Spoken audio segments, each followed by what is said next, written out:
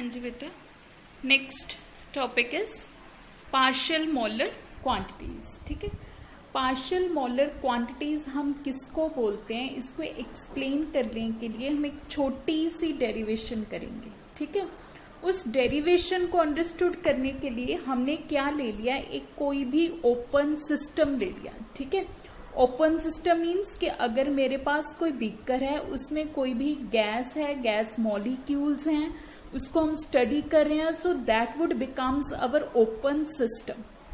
ठीक है, और उस सिस्टम के पास कुछ ना कुछ प्रॉपर्टीज होंगी, लाइक उनकी फ्री एनर्जी होगी, एंथैल्पी होगी, एंट्रोपी होगी। ठीक है, तो इन एक्सटेंसिव प्रॉपर्टीज में से हमने कोई एक प्रॉपर्टी ले लेनी है। ठीक है, एक्सटेंसिव प्रॉपर्टीज का मतलब क्या होता है?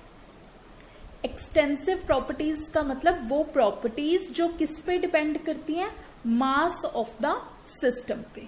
ठीक है, तो हमने इसकी इतनी सारी एक्सटेंसिव प्रॉपर्टीज में से कोई भी एक प्रॉपर्टी ले ली जनरल, उसको हमने एक्स से डिनोट कर दिया। ठीक है, और वो जो एक्सटेंसिव प्रॉपर्टी एक्स होगी, ठीक है, वो नंबर ऑफ फैक्टर्स पे डिपेंड कर रही है।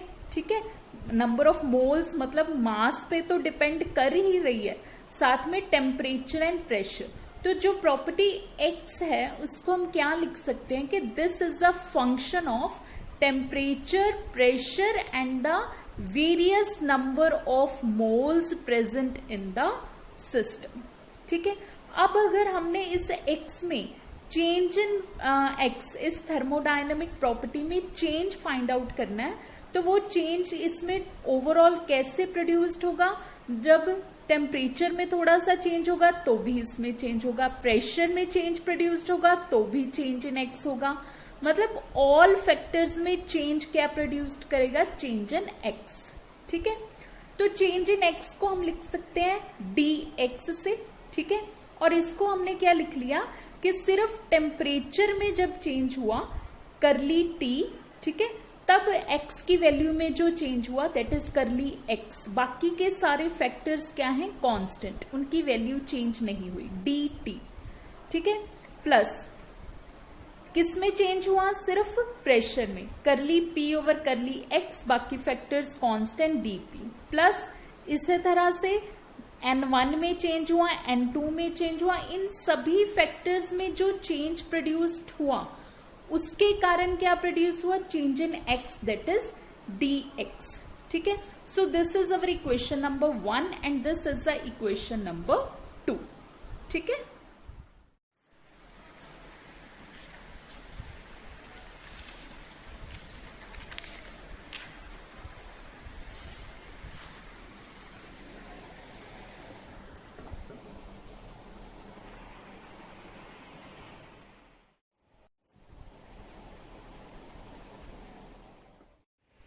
जो हमने इक्वेशन नंबर 2 बनाई है, अगर हम उसमें क्या बोलें कि हम अपने सिस्टम का temperature as well as pressure constant कर देते हैं, तो वो dt change in temperature and dp change in pressure वाले फैक्टर्स क्या हो जाएंगे? जीरो।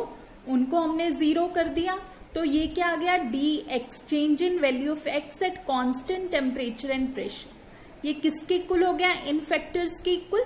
ठीक है, and this would be the equation number 3। ठीक है, अब वो क्या कह रहा है कि ये जो फैक्टर है हमारे पास, मतलब कि जब हम सिर्फ एक कंपोनेंट के नंबर ऑफ मोल्स चेंज होते हैं, ओनली n1 की वैल्यू चेंज होती है, और उससे जब x की वैल्यू चेंज होती है, that is known as the x1 bar. ठीक है, बाकी सारे फैक्टर्स क्या रहेंगे सिस्टम के? कांस्टेंट। उसको हम क्या बोलते हैं? x1 बार, और it is known as the partial molar property of the system. ठीक है, इसी तरह से जब सिर्फ n2 किसी एक नंबर ऑफ मोल्स के चेंज होने से जो x की वैल्यू में चेंज प्रोड्यूस्ड हो रहा है, while all other factors are constant, तो उस चेंज्ड वैल्यू को हम क्या बोलेंगे? Partial molar property. ठीक है, और पार्शियल मोलर प्रॉपर्टी को हम कैसे रिप्रेजेंट करते हैं? प्रॉपर्टी के ऊपर क्या डाल देते हैं? बार। ठीक है, अगर किसी प्रॉपर्टी के ऊपर बार है, it means that is a partial molar property. ठीक है, तो ये वाली जो इक्वेशन है इसको हम कैसे लिख सकते हैं, dx at constant temperature and pressure equals to x1 bar dn1 plus x2 bar dn2 and so. ठीक है, समझ लग गया आपको। ठीक है, पार्शियल मोलर प्रॉपर्टी क्या है, जब किसी भी एक कंपोनेंट के नंबर ऑफ मोल्स चेंज होते हैं उससे जो x प्रॉपर्टी की वैल्यू चेंज होती है, that changed value is known as the partial molar quantity. Next आ गया अब हमारे पास पार्शियल मोलर फ्री एनर्जी। अभी हमने पढ़ा था पार्शियल मोलर क्वांटिटी, तो क्वांटिटी के जगह जब हम क्या मेजर करते हैं, फ्री एनर्जी की partial molar value, partial molar free energy, उसको हम क्या बोलते हैं, न्यू नेम देते हैं केमिकल पोटेंशियल। ठीक है, तो केमिकल पोटेंशियल को हम म्यू से डिनोट करते हैं। ठीक है, म्यू हमें पता है केमिकल पोटेंशियल है क्या, partial molar free energy. Free energy को जी से लिखते हैं, पार्शियल मोलर है तो उसके ऊपर बार डालेंगे। ठीक है, तो इसको इसकी वैल्यू कैसे कैलकुलेट करते हैं, change in G value with respect to change in number of moles. ठीक है, क्लियर हो गया। जब हमने एक मोल चेंज किया, मतलब एक मोल सिस्टम में और ऐड कर दिया, करली एन की वैल्यू क्या है 1, तो उस टाइम जो चेंज इन जी, करली जी की वैल्यू चेंज प्रोड्यूस्ड हुआ, उसको क्या बोलते हैं, mu, that is chemical potential. ठीक है, नेक्स्ट आ गया हमारे पास गिब्स ड्यूहम इक्वेशन। ठीक है, इस इक्वेशन को ड्राइव करने के लिए हमने क्या ले लिया, किसी भी सिस्टम की फ्री एनर्जी। फ्री एनर्जी मैंने आपको अभी बताया क्या है, extensive property and it depends on number of factors. So G is a function of temperature, pressure, n1, n2 and so on. ठीक है, तो किसी भी फ्री एनर्जी में चेंज जो है that is D G, that is change in G with respect to change in temperature dt plus change in G with respect to change in pressure dP and so on। ठीक है, तो जब हमारे पास temperature और pressure हमने constant रख दिया, dt और dP की वैल्यू क्या आ गई 0, तो चेंज इन G, dG क्या बच गया, सिर्फ change with respect to n1 plus n2 and so on. ठीक है, change with respect to n1 को क्या बोलते हैं हम, केमिकल पोटेंशियल, दैट इज μ1, इसको क्या बोलेंगे μ2। तो ये इक्वेशन ओवरऑल क्या बन गई, dG at constant temperature and pressure equals to μ1 dN1 plus μ2 dN2 and so. ठीक है, क्लियर हो गया। अब इस इक्वेशन की हम क्या करें, इंटीग्रेशन। जब इंटीग्रेशन करते तो डेरिवेटिव इंटीग्रेशन के साथ कैंसिल हो जाता है, इसकी इंटीग्रेशन करेंगे, क्या रह गया, सिर्फ G eight constant temperature pressure. ठीक है, और इसकी इंटीग्रेशन करेंगे μ1 एज इट इज, इसको चेंज के n1 plus μ2 as it is, dN2 की इंटीग्रेशन की, डेरिवेटिव कैंसिल हो गया, n2। ठीक है, this is our equation number 5। अब इस इक्वेशन की हमने क्या करनी है, फिर से डिफ्रेंसिएशन, डेरिवेटिव ले लेना है। तो ये बन गया dG। ठीक है, यहाँ पे प्रोडक्ट रूल अप्लाई होगा। प्रोडक्ट रूल क्या कहते हैं कि अगर दो चीजें प्रोडक्ट में हैं, पहले फैक्टर को, किसी भी एक फैक्टर को, लाइक इसमें μ1 को हमने कांस्टेंट रख दिया एज इट इज, n1 का डेरिवेटिव लिया dN1 प्लस n1 को कांस्टेंट रख दिया, μ1 का डेरिवेटिव लिया dμ2। ठीक है, इसी तरह से इसमें करेंगे, μ2 को कांस्टेंट रख दिया, ठीक है, इसका डेरिवेटिव dN2 प्लस n2 को कांस्टेंट रख दिया, इसका डेरिवेटिव dμ2। ठीक है, जो dN वाली टर्म्स हैं उनको हमने सेपरेट करके लिख लिया, जो dμ वाली टर्म्स हैं उनको हमने सेपरेट करके लिख लिया। This is our equation number 6। ठीक है, अब हम इक्वेशन 6 में भी हमारे पास dG है, इक्वेशन 4 में भी dG है। ठीक है, इन बोथ इक्वेशंस को क्या करेंगे, सब्ट्रैक्ट करेंगे एक दूसरे में से, तो हमारे पास क्या बचेगा, सिर्फ ये factor, that is n1 dμ1 plus n2 dμ2 equals to 0। ठीक है, और इसको हम कैसे लिख सकते हैं, this can be written as a summation ni dμi equals to 0। ठीक है, समीशन क्यों, कि इसमें हमने सिर्फ दो नंबर ऑफ मोल्स लिए थे N1 N2। अगर किसी में 4 या 5 नंबर ऑफ कंपोनेंट्स हैं तो उन सभी के लिए ये इक्वेशन बनेगी, that is N1 d mu1 plus N2 d mu2 plus N3 d mu3 plus N4 d mu4 plus N5 d mu5 equal to 0। ठीक है, मतलब कि उन सभी में जो चेंज प्रोड्यूस्ड हो रहा है summation Ni d mu I equals to 0। ठीक है, मतलब किसी कंपोनेंट में जो चेंज इन म्यू है वो इंक्रीज होगा, किसी में डिक्रीज होगा।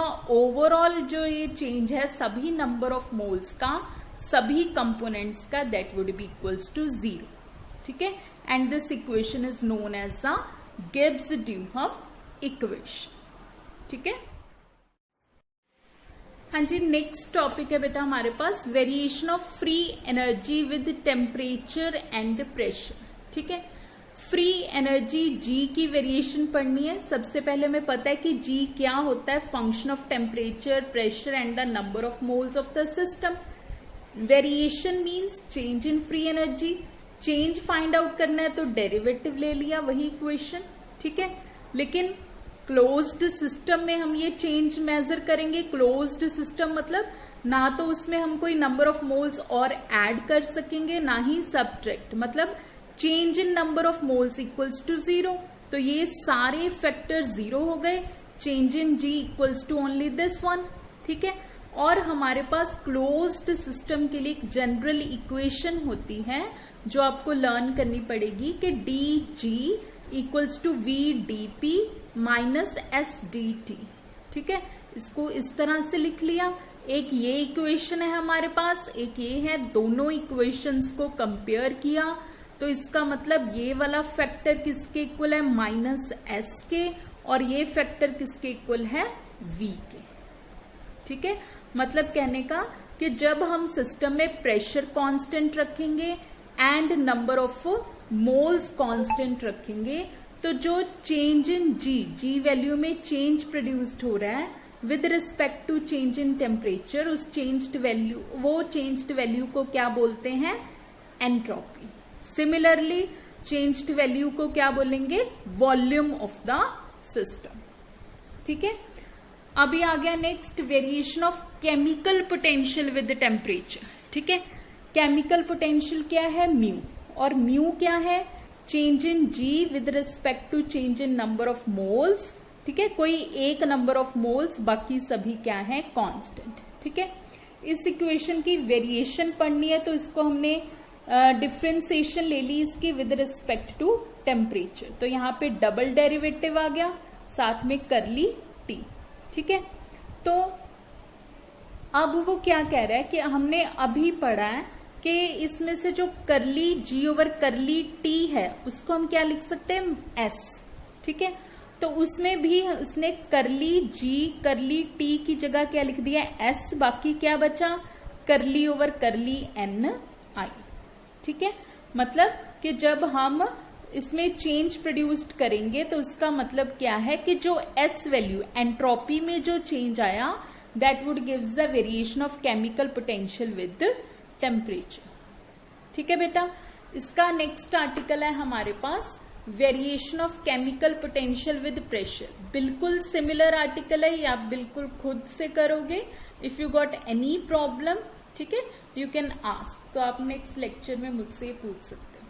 ठीक है, तो इतना अभी तक ये चैप्टर आप अच्छी तरह से प्रिपेयर करो। ठीक है बेटा, ओके।